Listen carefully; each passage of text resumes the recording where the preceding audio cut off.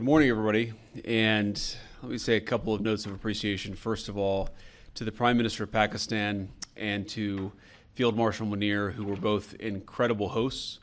And whatever shortcomings in the negotiation, it wasn't because of the Pakistanis, who did an amazing job and really tried to help us and the Iranians bridge the gap and get to a deal. We have been at it now for 21 hours, and we've had a number of substantive discussions with the Iranians. That's the good news. The bad news is that we have not reached an agreement, and I think that's bad news for Iran much more than it's bad news for the United States of America. So we go back to the United States having not come to an agreement. We've made very clear what our red lines are, what things we're willing to accommodate them on, and what things we're not willing to accommodate them on.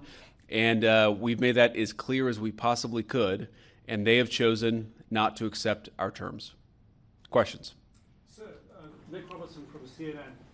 Precisely what have they rejected here? Can you help us understand it a little bit? Well, I won't go into all the details because I don't want to negotiate in public after we've negotiated for 21 hours in private.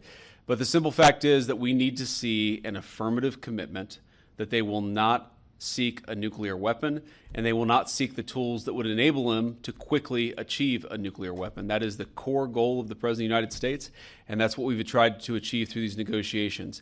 Again, their nuclear program, such as it is, the enrichment facilities that they had before, they've been destroyed.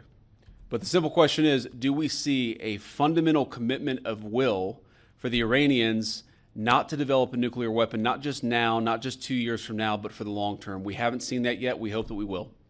Jen? Was there a framework on anything? And also, did the Iranian frozen assets come up? And did you reach any conclusions on those frozen assets? We talked about all those issues, Jen, and we talked about a number of issues beyond that. And so certainly those things came up. But again, we just could not get to a situation where the Iranians were willing to accept our terms. I think that we were quite flexible. We were quite accommodating. The president told us, you need to come here in good faith and make your best effort to get a deal.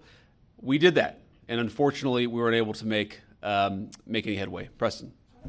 Mr. Vice President, how often did you communicate with President Trump throughout the negotiations? There were reports that there were multiple rounds where there were breaks in between negotiations. How often did you communicate with the president throughout those rounds, and what was he saying as you were going through these negotiations that you said fell short? Yeah, obviously we were talking to the president consistently. I don't know how many times we talked to him, a half dozen times, a dozen times over the past 21 hours.